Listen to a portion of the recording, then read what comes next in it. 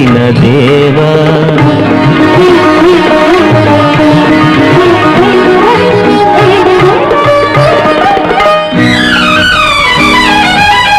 మనిషిని మనిషే పరిచే వేళ ద్వేషం విషమై కురిసే వేళ నిప్పులు మింగి నిజమును తెలిపి సందని మమతల సుధలను చీకి అమర జీవులై వెలిగిన మూర్తుల